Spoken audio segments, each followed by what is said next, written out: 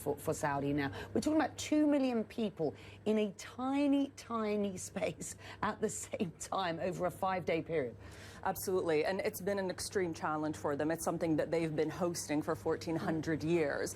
And over the last few years, over the last decade, they've definitely been investing more in infrastructure, whether it's creating wider bridges, bigger bridges to be able to access the points, having discussions with religious scholars about actually widening the space that is considered the holy territory where the rites can be performed. Security personnel are ever present. Tens of thousands of medical people that have been trained, up to 1,000 security cameras covering almost literally every single spot at the Hajj. And as electronic devices become more prevalent, this year, for example, they've introduced the e-bracelet for the pilgrim, so that any pilgrim can immediately be scanned and they know who they are, where they're from, where they should be staying, and what kind of medical conditions they can have. So every year they seem to be learning from the previous year, but that many people in that small a space is just bound to be a challenge.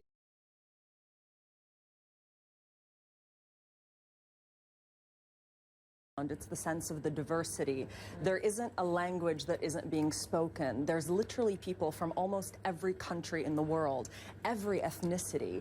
And also what strikes you, and having been to Saudi Arabia, you'll relate to this, is usually men and women are quite segregated in public spaces.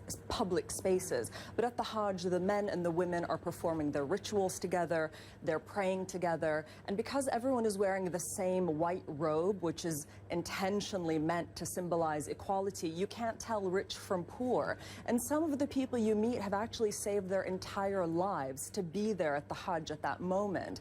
And so as journalists covering the Middle East, and this is something you definitely will be able to relate to, is we often meet people on some of the worst days of their lives, but this was a story where almost everyone you met, you were meeting on the happiest day of their life, and the tears were of tears of joy. Especially today, those pictures our viewers were just seeing from Mount Arafat, that is the spiritual climax, and you do see people really crying for joy, and that for us was quite unusual and something that you can't help but be affected by. How do the Saudis